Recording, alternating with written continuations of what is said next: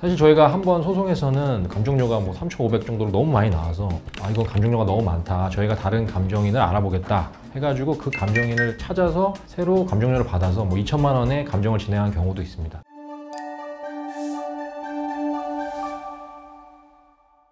안녕하세요. 여러분의 든든한 법률 파트너 낭만노이어 신현승 변호사입니다. 오늘은 민사소송에서의 감정에 관한 이야기를 해보려고 합니다. 이 감정이라는 게 저희 마음이나 기분 그런 의미의 감정은 아니고요. 소송에서 당사자가 자신의 주장을 입증하기 위해서 법원에 신청하는 감정 절차에 관해서 말씀드리려는 것입니다. 제가 건설에 관한 소송을 꽤 많이 하기 때문에 소송 중에 아무래도 감정 신청을 많이 합니다. 사실 의뢰인분들은 이 감정에 관해서는 잘 모른다고 하시면서 변호사들한테 그냥 전체적으로 맡기고 알아서 해달라는 경우가 많습니다. 그런데 이런 감정의 결과는 소송에 아주 큰 영향을 미치고요. 거의 감정 결과에 따라서 재판이 결정된다 해도 될 정도로 매우 중요하기 때문에 의뢰인분들께서는 이 감정이 어떻게 진행되는지, 뭐 그 결과가 어떻게 나와서 소송에 영향을 미치는지를 잘 알고 계셔야 합니다. 감정 결과를 보시고 스스로 이제 납득이 잘 안 되거나 이해가 안 되는 부분은 사실조회나 보완 감정을 신청해서 조금이라도 유리하게 감정 결과를 수정할 수 있도록 이렇게 노력을 하셔야 합니다. 그래서 오늘은 많은 분들이 감정이 무엇이고 어떻게 진행되는지 알고 계셨으면 해서 그에 관한 설명을 준비해 봤습니다. 먼저 감정이 무엇인지를 말씀드리겠습니다. 감정은 이제 간단히 설명하면 재판에서 판사님이 모든 전문 지식을 알 수 없기 때문에 자신의 판단 능력을 보충하기 위해서 전문적인 지식이나 경험을 가진 제3자, 그러니까 감정인에게 의견을 구하는 증거조사 방법입니다. 판사가 모든 분야에서 전문가일 수는 없기 때문에 자신이 잘 알지 못하는 부분은 다른 전문가가 어떻게 판단하는지에 관한 의견을 다 들어보고 그걸 기반으로 해서 자신이 판결을 내리게 됩니다.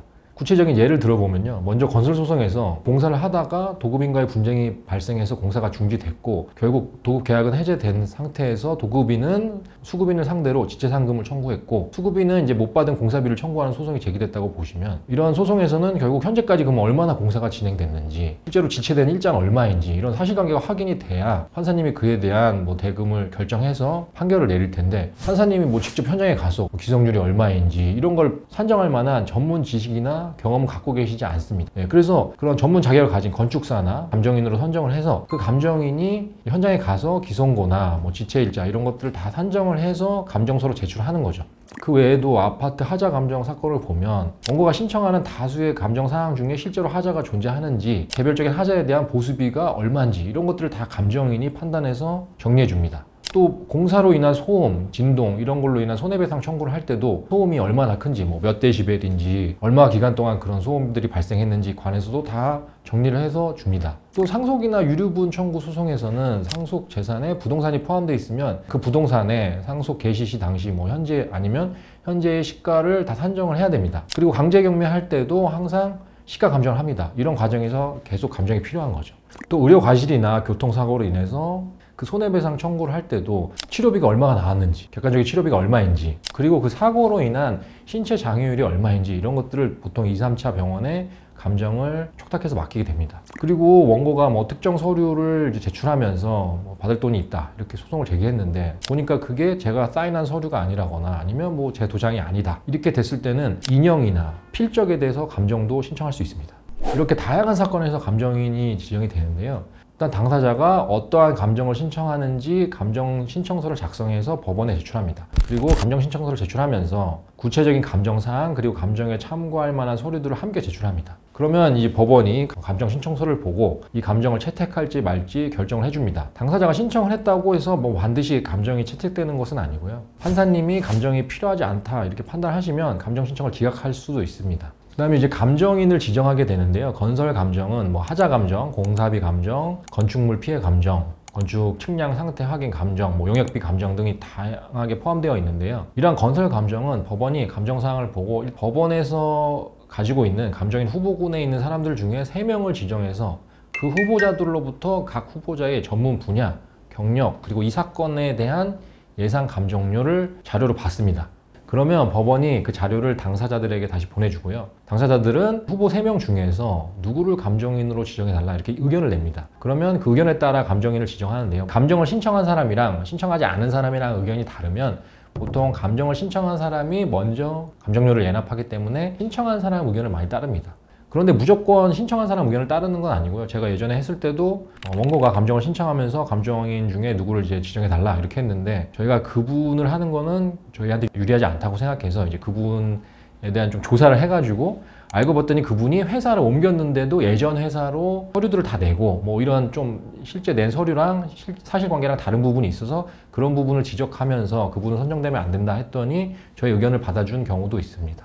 신체 감정의 경우에는 각급 법원에서 뭐 국공립병원 및 대학 부속병원 등, 그러니까 2, 3차 병원 등이 추천한 전문의 중에서 적절한 자를 감정인 명단으로 이렇게 관리를 합니다. 그러면 재판부가 신체 감정 신청을 받으면 전산 프로그램에서 관리 명부에 있는 의사 중에 신청하는 주 과목과 보조 과목별로 감정인을 지정하고 감정 촉탁을 합니다. 시가 임료 감정의 경우에도 마찬가지로 그냥 법원에서 바로 촉탁을 합니다. 왜냐하면 이 신체 감정이나 시가 감정의 경우에는 감정료가 뭐 감정인에 따라 다르지 않고요. 특정 금액으로 정해져 있습니다. 그래서 법원에서 후보자 없이 바로 자기네들이 관리하는 프로그램을 통해서 감정인을 지정해서 감정을 촉탁합니다. 이런 과정을 거쳐 감정이 지정되면 법원이 감정기일을 잡아서 감정기일을 진행합니다. 감정기일에는 감정인이 나와서 증인처럼 이제 나옵니다. 재판부가 감정인에게 당사자와 뭐 개인적인 관계가 있는지, 그 다음에 이제 원고나 피고들이 감정 사항에 관해서 뭐 이건 어떻게 감정을 하냐, 이 부분에 대해서는 어떻게 감정을 하실 거냐, 뭐 이런 것들을 다양하게 물어볼 수 있고요. 마지막으로 감정인이 선서를 합니다. 증인 선서와 거의 비슷한데요. 양심에 따라 뭐 성실히 감정하고 거짓이 있으면 거짓 감정으로 인한 벌을 받기로 한다, 뭐 이런 맹세를 하는 선서를 합니다. 이렇게 감정 기일이 진행되고 나서 감정인이 감정을 진행하는데요. 보통 시가 감정이나 뭐 의료 감정 이런 것들은 감정인이 알아서 하는데, 신체 감정을 하기 위해서는 그 감정 대상자가 병원에 가서 감정을 받아야 합니다. 그리고 건설 감정의 경우에는 당사자들의 그 협조가 필수적이라서 착수회의를 한다던가 아니면 감정 평가를 하는 현장에서 모여서 개별적으로 의견을 많이 수렴을 해서 감정을 진행합니다. 그 과정에서 당사자들이 꽤 많이 의견을 제출할 수 있고요. 감정인과 통화를 해서 뭐 감정에 관한 사항을 조금 더 자료 제출이나 이런 부분에 있어서 통화를 하면서 진행이 가능합니다. 사실 감정에서 또 중요한 부분은 감정료인데요. 감정료는 감정을 신청한 사람이 먼저 예납을 해야 됩니다. 감정료를 예납을 해야만 감정이 진행됩니다. 아파트 하자 감정의 경우는 제가 보면 뭐 세대 수에 따라 조금 차이가 있을 수 있는데 기본 4천만 원에서 한 7천만 원까지도 듭니다. 그리고 시가 감정은 아까 말씀드렸지만 보수가 정해져 있습니다. 시가 감정은 감정평가법인 등의 보수에 관한 기준에서 정해진 것의 80%를 이제 법원 감정에서는 주고요. 아파트의 경우에는 그의 70%만 이제 줍니다. 그렇지만 최소 금액이랑 최대 금액이 정해져 있어서 29만 원이 최소 금액이고요. 720만 원이 최대 금액입니다. 그리고 용역비 감정도 사실 감정이 뭐 더 복잡하고 어렵고 이럴수록 최대로 증가를 해서 뭐 1억이 넘을 수도 있는데, 제가 해본 사건들에서는 거의 1,000만 원에서 3,000만 원 선에서 감정료가 산정이 됩니다. 그리고 이제 소음 진동 피해는 저희가 아파트 단지에 있는 입주자들의 소음 진동으로 인한 피해 소송을 여러 차례 했는데요. 저희 의뢰인들 아파트 바로 인근에서 새로 아파트를 지으면 그로 인해서 소음 진동이 발생합니다. 그러면 아파트 호수별로 크기가 얼마인지, 기간이 얼마인지 이것들을 다 감정을 해야 됩니다. 이런 거를 보통 시뮬레이션을 해서 하는데요. 감정료가 보통 2천에서 3천만 원이 나옵니다.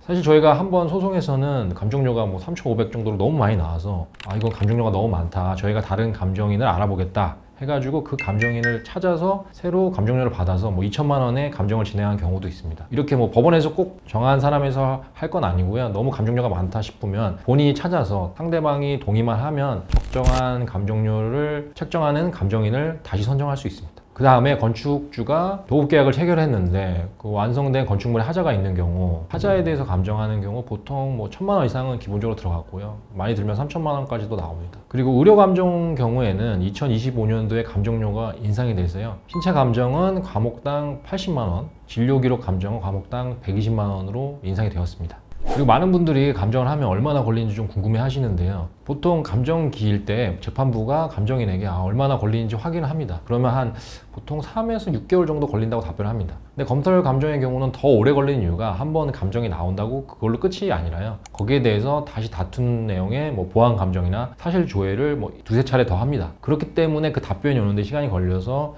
결국 감정이 최종적으로 마무리되는 데는 뭐 1년에서 한 1년 6개월까지도 걸립니다. 건설 감정은 이렇게 여러 번 보완 감정 때문에 좀 오래 걸리는 경우고요. 최근에는 이 병원에서 해주는 신체 감정이 정말 오래 걸립니다. 최근에 민사재판은 아니고 형사재판에서 검찰이 신체감정을 신청한 사건이 있는데 병원에서 계속 안 해주고 있다가 한 6개월 뒤에 인력 부족으로 못하겠다 이렇게 답변이 왔고요. 판사님이 그냥 직권으로 감정을 취소하셨습니다. 최근 제가 기사를 보니까 대법원에 따르면 2023년 1심 민사합의부 처리 사건의 평균 처리 기간이 473일 정도 되는데 건설 손해배상 사건은 뭐 618일 거의 2년이고요. 의료 손해배상 사건은 748일 뭐 이 정도 되니까 2년이 넘게 걸리는 거죠. 그러니까 확실히 신체 감정이 가장 오래 걸리는 느낌이 있습니다. 감정인이 감정을 마치면 감정서를 법원으로 보내고요.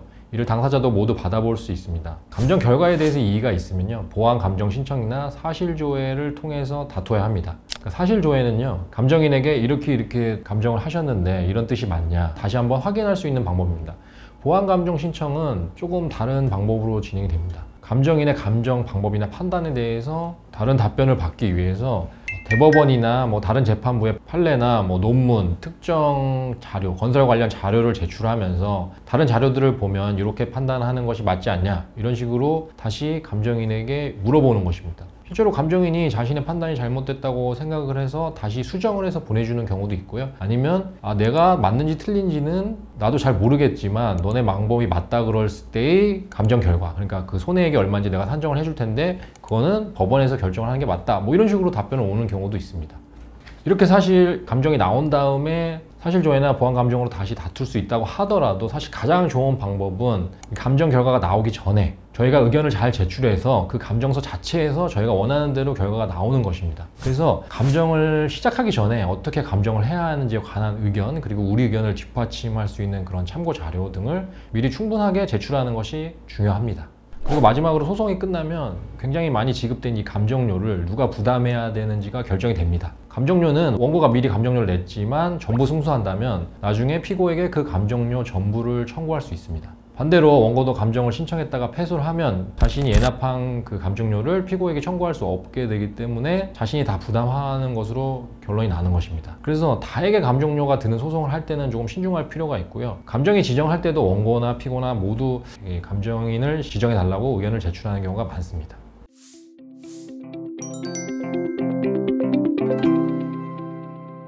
감정은 민사소송에서 많이 이루어진 절차이긴 하지만요, 감정을 어떻게 하는지에 따라 소송 결과에 굉장히 큰 영향이 있기 때문에 감정에 관한 경험이 많고 전문 분야에 관한 지식이 많은 변호사의 도움을 받는 것이 꼭 필요하다고 생각합니다.